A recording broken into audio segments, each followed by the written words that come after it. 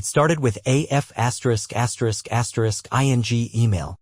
Just a harmless little line in my inbox. You're invited to Thompson and Burke's annual winter gala. Spouses welcome.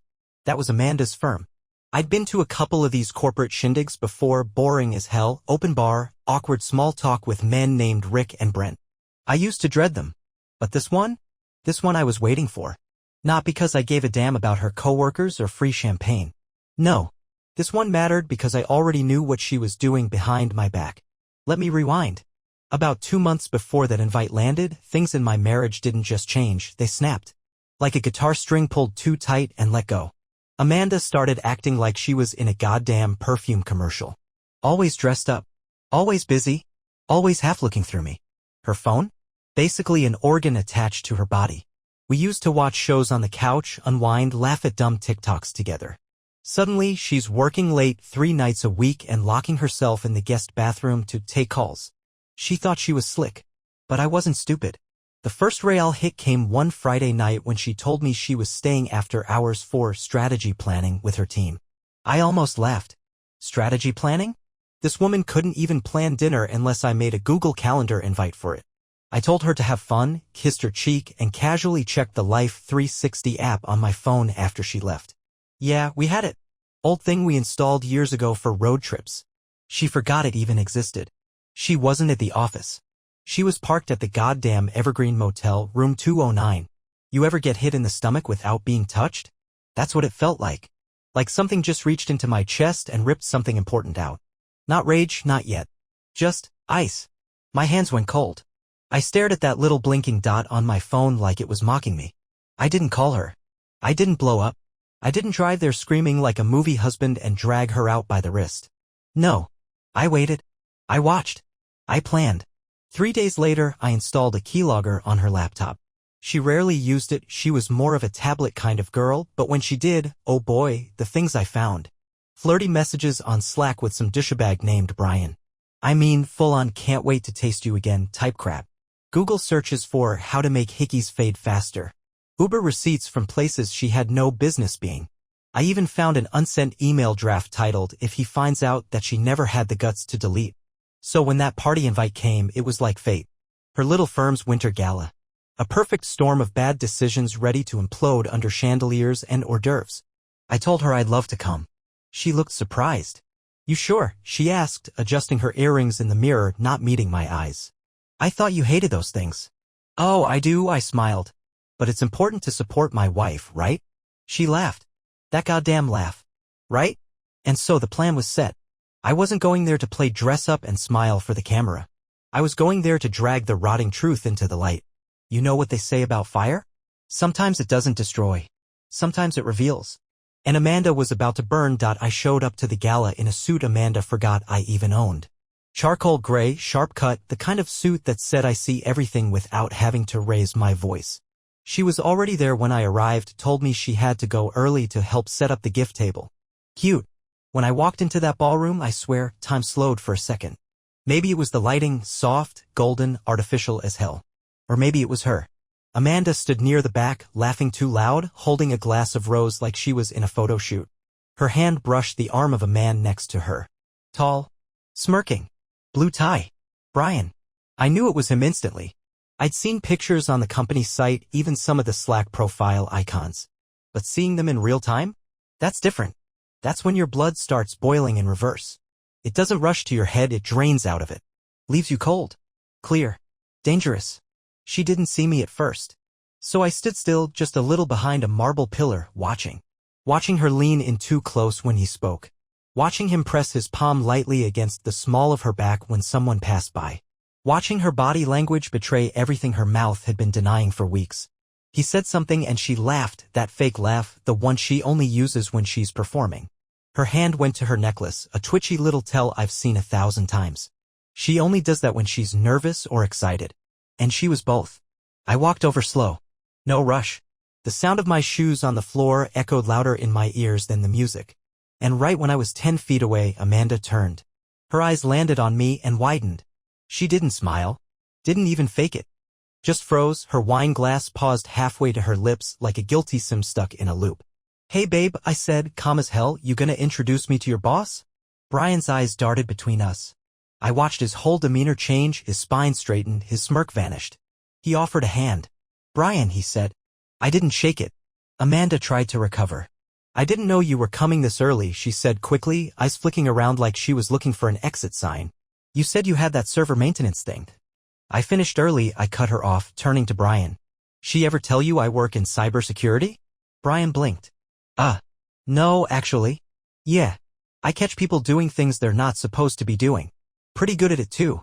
I smiled right at Amanda. "You'd be amazed at the kind of trails people leave when they think nobody's looking." Silence. She looked like she was trying not to visibly sweat through her $1,000 dress. I noticed her hands trembling just slightly. Amanda hated confrontation, especially the kind she couldn't manipulate her way out of. I leaned closer and said, just low enough for them to hear, "Don't worry. I'm not here to cause a scene. Not yet." Then I walked away. Just like that. Let them stand in that silence. Let her head spin with what I knew, what I had. Because I had everything: screenshots, GPS history, Uber logs, text backups, email drafts. A goddamn museum of betrayal. And I wasn't going to waste it all in a 5-minute shouting match over shrimp cocktail. No. I had something better planned. I needed the right audience. I needed witnesses. And trust me, what happened later that night made sure everyone at Thompson and Burke would never forget Amanda Sanders and her dirty little secret. By the time dinner was served, I had already planted the first seeds. You don't tear someone down in a room like that with yelling or fists. No, you do it slow. Surgical. With precision. I sat at a round table near the front, right next to a senior partner named Eliza, some no-nonsense woman in her 50s with silver hair and a mouth that never smiled. I remembered Amanda once telling me Eliza hated drama and worshipped professionalism like a religion. "Perfect. Beautiful venue," I said casually, sipping my bourbon. I almost didn't make it, figured Amanda wouldn't want me here. Eliza raised an eyebrow. "Why wouldn't she?" I shrugged, leaning back like I wasn't planning this for weeks. "Oh, I don't know. Guess I figured she'd want to spend the evening with Brian." There was a beat of silence. Then her eyes sharpened like a hawk spotting blood in the snow. "Excuse me." I gave a little apologetic chuckle. "Forget I said anything. Work gossip, right? You know how it is. No one forgets a line like that." The rumor had started. Across the room, Amanda was at another table, pretending everything was normal, nervously picking at her salad, glancing over her shoulder every few minutes. She knew something was coming. The problem was she didn't know what. Or when. That's when they brought out the projector. Every year at this gala, they did a short slideshow. Employee photos, milestone shoutouts, and that kind of corporate backpatting BS. Amanda loved that part. She always prepped the presentation herself, made sure her face was in at least 5 different photos, laughing and looking like the model employee. Only this year, she didn't make the slideshow. I did. See, the week before the party, I sent an updated version to their intern from Amanda's work email. Told them I had taken over final edits. Poor kid probably didn't think twice. All it took was a few minutes in After Effects, some carefully timed transitions, and a well-placed USB. The room darkened. The music faded. And the screen lit up. The first slides were normal. Photos from company picnics, group shots from marketing retreats. Chuckles, polite claps. I could feel Amanda relaxing a little across the room. Then the screen went black. Slide 23. It opened with a screenshot of Amanda's Slack convo with Brian. Brian, still can't stop thinking about that night in the motel. Amanda, you're so bad, smiling face with horns, you know I can't walk past that room now without thinking about you. People gasped. Someone dropped a fork. Slide 24, Uber receipt. Date and time stamped. Slide 25, a picture, Amanda and Brian through the cracked window of room 209. Blurry, sure, but clear enough. Her arm around his neck. Her mouth on his. The room erupted. Someone actually stood up. Eliza dropped her wine glass. I watched Brian go pale, then red, then white again. Amanda? She just froze. Completely still. Her whole body went rigid like a deer that realized the headlights weren't stopping. She shot up from her chair, eyes wide, scanning the room like she could somehow hit the rewind button. "Who did this?" she screamed. This is fake. This is edited." "Oh, honey. That was the wrong move." I stood up slowly, calmly, and turned to face everyone. "Sorry to interrupt," I said, raising my voice just enough. "I thought everyone should know what kind of team-building exercises your employees are doing at the Evergreen Motel." The room was dead silent. Amanda stumbled forward, her voice shrill. "He's lying. He's been paranoid for months. He's making things up. He hacked me. Eliza. I turned to the partner. You want to check the timestamps on your office keycard system? I guarantee Amanda's been clocking out early and re-entering late under Brian's badge. Now Eliza stood. We will absolutely be doing that. Amanda's mouth opened, closed. Then she just stood there, arms shaking. Her perfect evening turned into a corporate crime scene. Brian had already disappeared, slipped out the side like the little rat he was. I leaned close to her as I passed by. You wanted to humiliate me, I whispered. But you forgot. I'm not the fool here. Then I walked out. Not rushed. Not flustered. I left that place like a man walking away from a building he just burned down, with the match still warm in his hand that I barely made it halfway down the steps outside the venue when the buzzing in my pocket started. Texts, missed calls, notifications coming in faster than I could swipe them away. Most were from Amanda. The rest? Her co-workers. Screenshots of the slideshow were already circulating. Some genius caught a video on their phone, and it was blowing up on social media, office drama gold. The caption on one clip, Thompson and Burke Winter Gala just turned into an HBO special. Classy. Amanda's messages came in waves. What the FK did you do? You've ruined my career.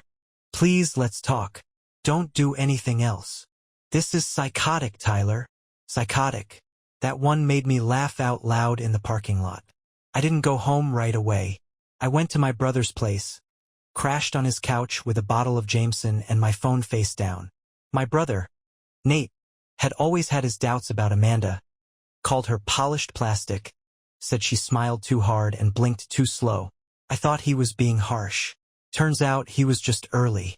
He let me vent for hours. Let me replay every damn moment. The slideshow, her face, the lies, the gaslighting. At one point he just looked at me and said, Dude, you bodied her. That was a hit job in real time. But I didn't feel triumphant. I felt hollow. Because here's the thing they don't tell you about revenge. It doesn't ***k anything. It doesn't put the lies back in her mouth, or undo the nights she spent in someone else's arms while I was home waiting up with dinner going cold. That night, I lay awake on Nate's couch, staring at the ceiling fan spinning like the gears in my head. No sleep, just memories. All the red flags I ignored. The way Amanda used to brush me off when I wanted to talk. The way she rolled her eyes when I brought up problems. Called me too sensitive. The way she made me question my own sanity every time I caught a whiff of the truth. She'd lie, cry, flip the script. I'm just tired. You're paranoid. You're smothering me. Classic bitch tactics. Make me the bad guy for noticing she was already gone. By Monday morning, everything had detonated. She was fired. Officially, they called it a conflict of interest violation. But that was PR speak for, we don't want your scandal anywhere near our client list. Brian was gone too, probably packing his desk while dodging glares and half-sympathetic headshakes. And me? I filed for divorce at 10:04 a.m. I didn't text her. I didn't warn her. I just sent her the scan and said, check your email. The response? Nuclear. She blew up my phone, voice messages dripping with rage, panic, then fake sweetness. Said we could work through this. That marriages go through things. That no one's perfect. She even said, and I swear to God, maybe if you had been more assertive, I wouldn't have had to look elsewhere. Let that sink in. I expose her cheating on a projector screen in front of her entire company, and she still tries to make me feel guilty for not being enough. That's when it hit me. Amanda wasn't sorry. She was embarrassed. She didn't mourn the marriage. She mourned the collapse of the perfect little image she built for herself. The one where she was the ambitious marketing exec with the doting husband at home. But behind the scenes, she was just another selfish, lying fraud who thought she could get away with it because I'd never have the guts to fight back.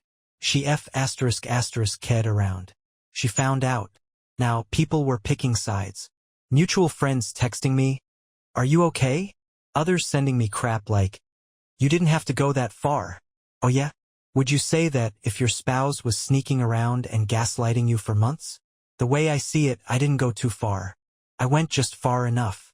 Because some people don't learn until the floor gives out from under them. And I was done holding her up. About 3 days after the gala, Amanda showed up at my door. Unannounced. No call. No warning. Just the sound of sharp knocking and high heels clicking on the front porch like she still owned the place. I didn't open the door at first. Just watched her through the peephole. Perfectly done-up hair. Makeup thick enough to hide the collapse underneath. Lips pressed into a tight line. She looked like a politician who'd just lost an election but refused to concede.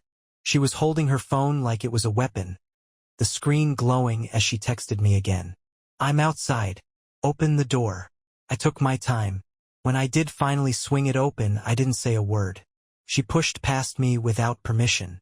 Typical Amanda, acting like this was her scene to direct. "You happy now?" she snapped. Tossing her purse onto the couch like this was still her in home. "You've destroyed my career, made me a joke, and now people are calling my mother, Tyler." "My mother." I shut the door behind her, leaned against the frame. Still didn't speak. "I can't even go online without seeing some stupid meme about me," she went on, pacing like a rabid cat. "Do you understand what you've done? People think I'm what? Some kind of monster." I tilted my head. "You are a monster, Amanda." That shut her up for a second. She turned to face me, lips trembling. Not with sadness, but with fury. "I made a mistake. Okay? A mistake. But you turned it into a ing Netflix episode. Who does that?" I laughed. I actually laughed in her face. "You didn't make a mistake. A mistake is burning toast or sending a text to the wrong person. You planned this.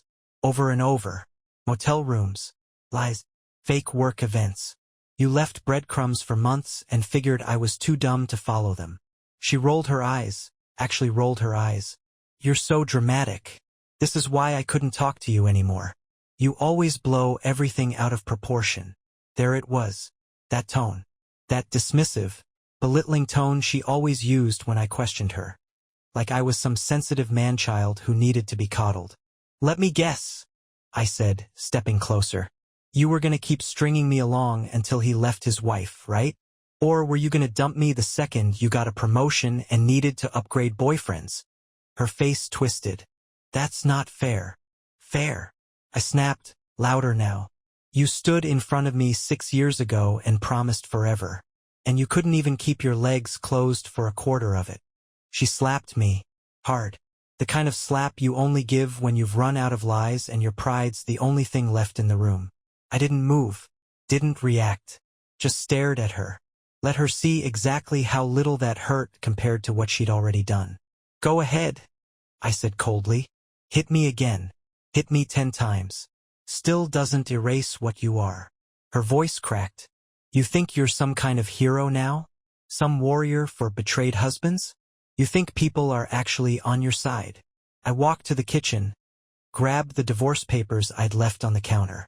"I don't care about sides, Amanda. I care about being free from you." I dropped the folder on the coffee table. She stared at it, her lip twitching, eyes flicking down to the bold header. "Petition for dissolution of marriage, irreconcilable differences." "I'm not signing that." "Then I'll let the court handle it," I said.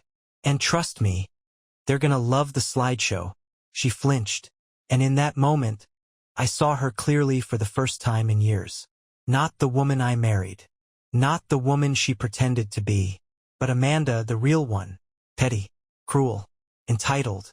The kind of person who doesn't say sorry unless she's cornered. And even then, she'll bite while bleeding. She grabbed her purse and stormed toward the door. But before she left, she turned one last time. "You're going to die alone, Tyler. And when you do, I hope you remember this moment." I smiled. Good. Because for once, it'll be a real moment. She left. No tears.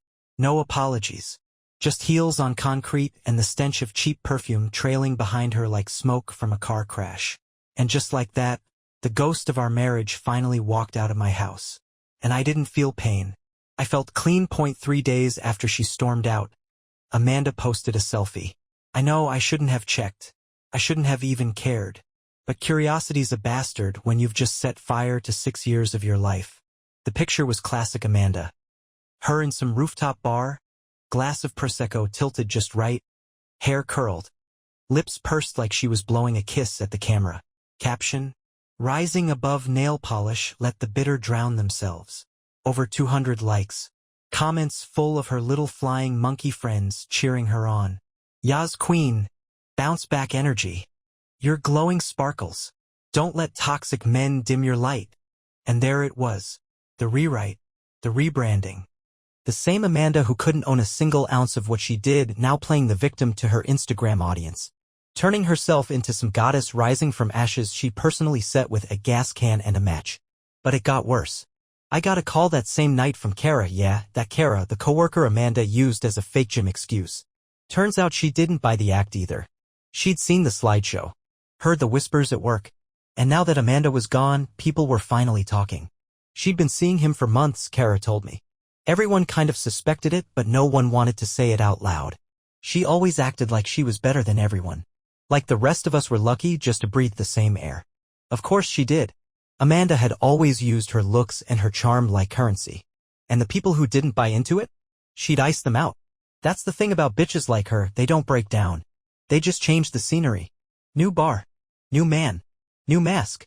But the damage? That **T stays. I found myself lying awake at night trying to tally it all. The lies. The hours wasted worrying. The quiet dinners where she smiled while texting him under the table. The fights she started just so she could storm out and call Brian from the car. And the gaslighting, God, the gaslighting. I remembered one night, maybe 2 months before the gala. I had confronted her gently about how distant she'd become. About the gym bag. The perfume. The overtime that didn't make sense. She looked at me like I was a stray dog begging at her table. Are you seriously doing this again, Tyler? You think every time I wear lipstick I'm cheating? Grow up. And I believed her. I apologized. I let it go. She weaponized my love against me. Because she knew I wanted to trust her more than I wanted to be right. That's what stung the most. Not the motel room. Not the messages. Not even the public humiliation. It was realizing that the woman I married would rather lie to my face 100 times than be honest with me once. And now? She's out here playing Saint Amanda, survivor of a toxic marriage. Meanwhile, I'm the one picking up the pieces. Deleting our joint Amazon account.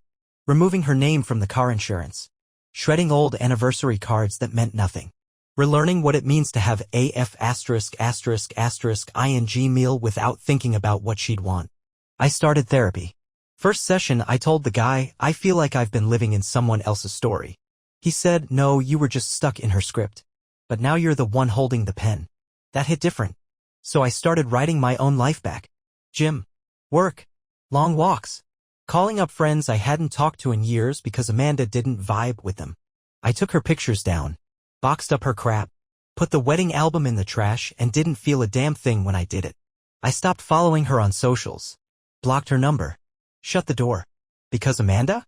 Amanda isn't someone you fix. She's someone you survive. I wasn't expecting to hear about her again. Not so soon. Not from him.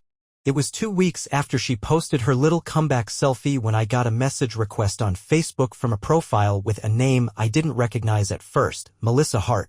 Turns out Melissa was Brian's wife. Yeah. Was. The other half of the unholy duo. I stared at that request for a good 10 minutes. Felt like a live wire buzzing in my hand. I accepted. The first message? Simple. I think it's time we compare notes. We met for coffee 2 days later. Neutral territory, quiet cafe downtown, the kind of place with too many succulents and acoustic guitar music. She was calm. Too calm. Like someone who had already been through hell and come back wearing the devil's grin. Melissa slid her phone across the table without a word. I scrolled. Screenshots. Photos. Call logs. A goddamn timeline. Turns out Brian and Amanda weren't just sneaking around for a few months like I'd thought. Nope. This thing started over a year ago. Before Amanda's birthday trip. Before our 5th anniversary. While I was still buying her flowers and cooking dinners, they were sending each other pictures I can't even describe without vomiting into my coffee cup. But here's the real kicker, Amanda was the one who initiated it. Melissa showed me messages from Brian's inbox that she pulled from their shared cloud account before she kicked him out. One of the first texts from Amanda? If my husband had half your ambition, I'd already be divorced. Read that again. While I was busting my ass fixing her laptop at midnight, covering rent, planning vacations she always forgot to take off for, this bitch was out here interviewing replacements. And not even better ones. Brian was mediocre as F***K. Melissa said it, I said it, and apparently so did half his department. They deserved each other. But here's where karma started limbering up. Melissa filed for divorce the day after the gala. Publicly. With receipts. Her lawyer dropped the entire affair timeline into the petition, dates, places, screenshots, everything. It became part of public record. And guess who saw it? Brian's new job offer. Gone. Revoked. Company didn't want the drama, especially after the HR mess he'd left behind at Thompson and Burke. Suddenly Mr. Slick Blue Tie was unemployed, sleeping on his buddy's couch and getting Venmo requests for half the legal fees. Amanda? Radio silent. Melissa laughed when I asked if she'd heard from her. Last I saw, she was trying to pitch herself as a marketing consultant on LinkedIn. Said she was choosing independence. That's code for no one will hire her. We sat in silence for a while after that. Just sipping coffee, two exes united by mutual betrayal. The irony wasn't lost on either of us. Before we left, she looked at me and said, you know, I used to envy her. Amanda always seemed so polished. Confident. Like she had it all figured out. I nodded. Yeah. Turns out she's just good at decorating garbage. Melissa smirked. Well, it's on fire now. That night, I went home and dug up the last thing I had left of Amanda, an old video on my phone from our anniversary 3 years ago. We were on a rooftop, she was laughing, dancing like an idiot with a sparkler in her hand. Back then, I thought it was the happiest I'd ever been. I deleted it. Not out of spite. Out of peace. Because keeping memories of someone who never actually existed, that's just another way of being haunted. And I was finally done living in her shadow. No more lies. No more perfume and passwords and second-guessing every smile. Amanda had built her kingdom on manipulation. But queens like that don't get overthrown. They get exposed. You ever have one of those moments where your past jumps out from a closet you thought you'd already cleaned? That was me 2 months post-gala, divorce papers signed, peace slowly creeping back into my life, when I got a phone call from an unknown number. I almost let it go to voicemail. Wish I had. Tyler? This is Janine. I'm Amanda's old assistant. There was a pause. I could hear the hesitation in her voice, like she was about to open a door even she didn't want to walk through. I probably shouldn't be calling you, but you deserve to know. Amanda kept some things. Private things. Stuff she didn't want you to find. Of course she did. Janine met me that evening at a diner off the interstate. She looked nervous, clutching her bag like it held the nuclear codes. She slid a small envelope across the table like she was passing off intel to a spy. Inside? A flash drive. And a note. She kept this in her office drawer. Hidden in a planner labeled 2018. She thought it was clever. I thought it was disgusting. I went home. Plugged it into a laptop I hadn't touched since the fallout. What I found made everything before it look like foreplay. Folders. Labeled and dated. Amanda had organized her affair like a damn project. Folder 1, Fun Friday Smirking Face. Folder 2, Out of Town / No Regrets.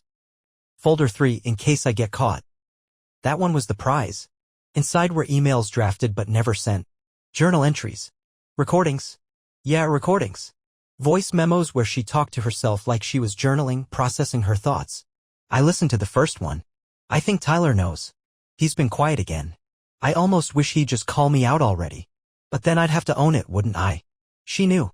She knew the entire time. And still, she kissed me goodnight. Still asked me to pick up groceries. Still let me cry myself to sleep the night I found out she lost our anniversary reservation because she was too busy giving herself to someone else in a motel down the street. Another memo. If he ever finds out, I'll just flip it on him. Make it about control. That's what works with Tyler. He's too decent to push back if he thinks he's hurting you. She had *****ing strategy. Amanda didn't just cheat.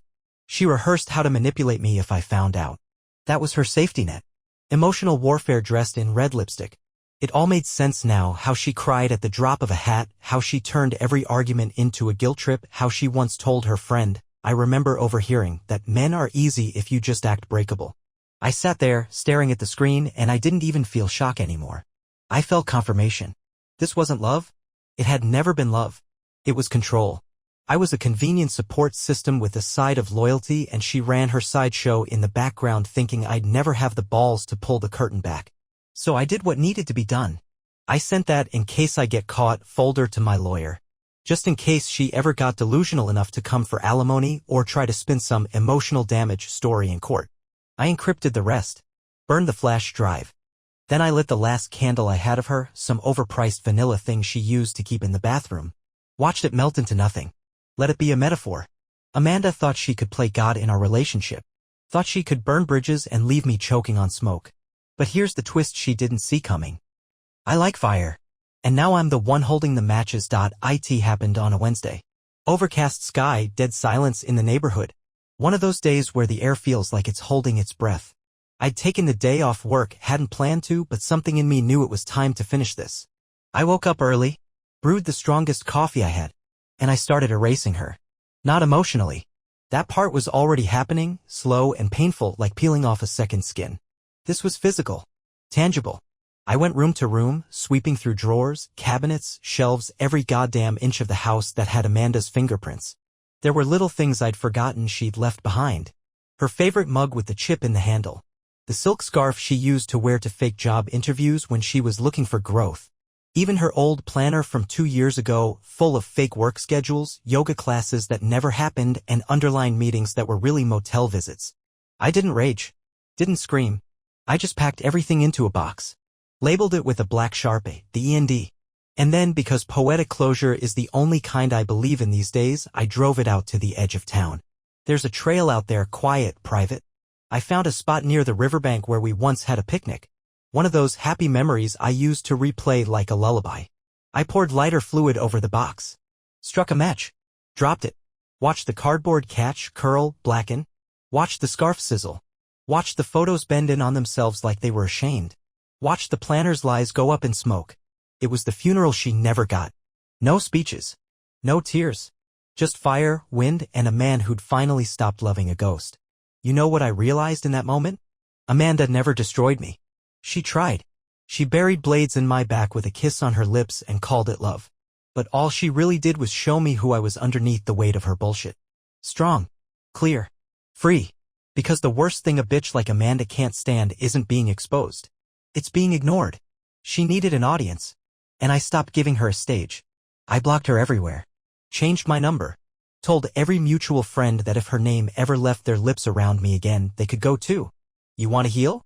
You amputate the rot. You don't bandage it and hope for the best. I'd mourned. I'd bled. I'd burned. Yeah? I'm done. The next chapter doesn't have her name in the footnotes. No more looking over my shoulder. No more trying to decode every smile. I don't trust easily anymore. But I trust myself. That's what her betrayal gave me, a sharpness. A third eye. A filter I never had before. And for that, I'll never thank her. But I'll never forget her either. Not because she mattered. Because she was the final lesson before I started living with my eyes open. It's been almost a year now. 12 months since the gala. Since the slideshow.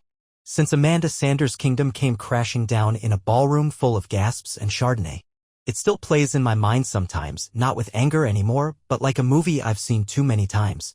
I know every beat, every lie, every frame of her face cracking in real time. I don't watch it to feel anything. I watch it to remember. Because forgetting would mean she still owns a piece of me. She doesn't. A few people from our old circle still try to test the waters. I'll get the occasional text from a friend of a friend. Hey man, ran into Amanda the other day, she looks rough. She's in some small-time PR firm now, barely making rent. She mentioned you. Said she could have been happy if things were different. That last one? That one hit differently. If things were different? No, Amanda. If you were different. But you weren't. You were exactly who you always were, just finally unmasked. I don't respond to those messages anymore. Don't take the bait. That chapter is closed, stapled shut, buried under pages of new beginnings. I even started dating again slowly, carefully. No big declarations, no rushing. Just conversations. Honesty. Connection without performance. And every time I sit across from someone new, I think, let her be real. Let her be honest. Let her be nothing like Amanda. I've rebuilt my space. Different furniture. New city. Different scent in the air. Hell, even the dog I adopted, Max, acts like he's allergic to drama. Loyal little mutt with a missing ear and more heart than Amanda ever had. Fitting, right? My therapist once asked me, if Amanda stood in front of you right now and asked for 5 minutes to explain everything, would you give her that time? I didn't even blink. No. Not because I'm bitter. Because there's nothing left to say. Her words were weapons. Her silence was poison. Her smile was a con. And when I think about her now, I don't see the woman I married. I see the woman I escaped. You don't win against people like Amanda by screaming louder or hurting back harder. You win by walking away with your soul intact and leaving them to rot in the empire of ashes they built with their lies. So here's my final advice for any poor bastard reading this and wondering if his Amanda is out there right now whispering sweet nothings to another man while calling you crazy behind your back. Trust your gut. Save the receipts. Light the match if you have to. And when it's over, do not look back. She's not chasing you. She's just choking on the smoke. Tyler, former husband of a liar, future owner of a life worth living.